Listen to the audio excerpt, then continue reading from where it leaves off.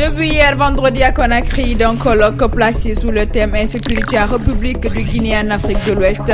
Ce colloque mobilise des acteurs guinéens du secteur de la sécurité ainsi que ceux des pays frères de la sous-région. Co-organisé de la rencontre, le ministère de la Sécurité qui entend faire de ce colloque une plateforme de discussion et d'échange d'informations liées à la sécurité.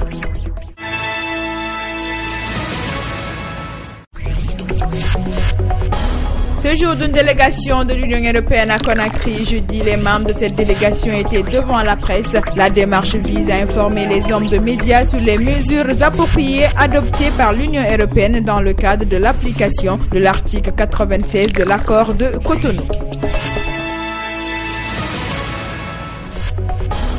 Dénonciation des contrats passés dans le secteur des télécommunications en Guinée. Tel était le thème d'une conférence de presse qui s'est tenue vendredi, organisée par l'Association guinéenne des consommateurs téléphoniques et des technologies de l'information et de la communication. La rencontre a permis aux membres de cette structure de passer en revue les facteurs conflictuels entre consommateurs et opérateurs de téléphonie.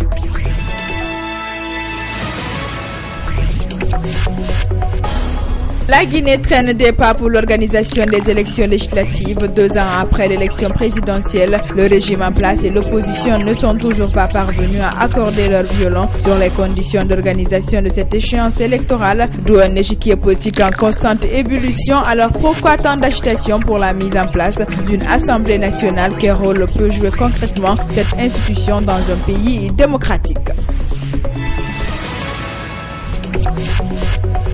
Tenu ce vendredi à Conakry de l'atelier de lancement du projet TCP-GI 4403, la rencontre devrait permettre aux participants d'élaborer un plan à long terme pour la recherche agronomique en Guinée, initié par l'Institut de recherche agronomique de Guinée sur financement de la FAO. L'atelier regroupe tous les acteurs intervenant dans ce secteur.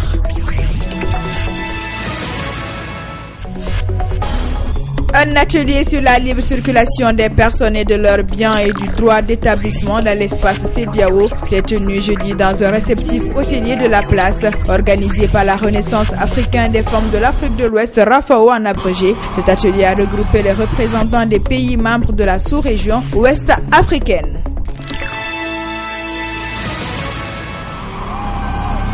Journée porte ouverte hier vendredi sur l'agence de communication et de marketing Indigo Guinée. Placée sous le signe d'échange et d'information, cette journée a permis à l'équipe Indigo Guinée d'expliquer le savoir-faire de l'agence qui dispose d'une gamme variée de services et de prestations.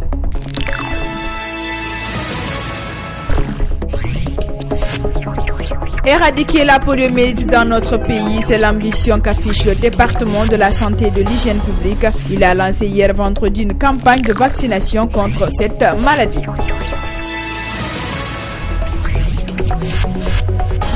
Le centre agricole de Bambang intensifie ses actions à l'endroit des producteurs de la région de Kindia. Cette année, la direction de ce centre a fait un champ de riz qu'il va offrir aux agriculteurs de la localité. La démarche devrait permettre d'accroître la production de riz et de maïs en vue d'assurer l'autosuffisance alimentaire.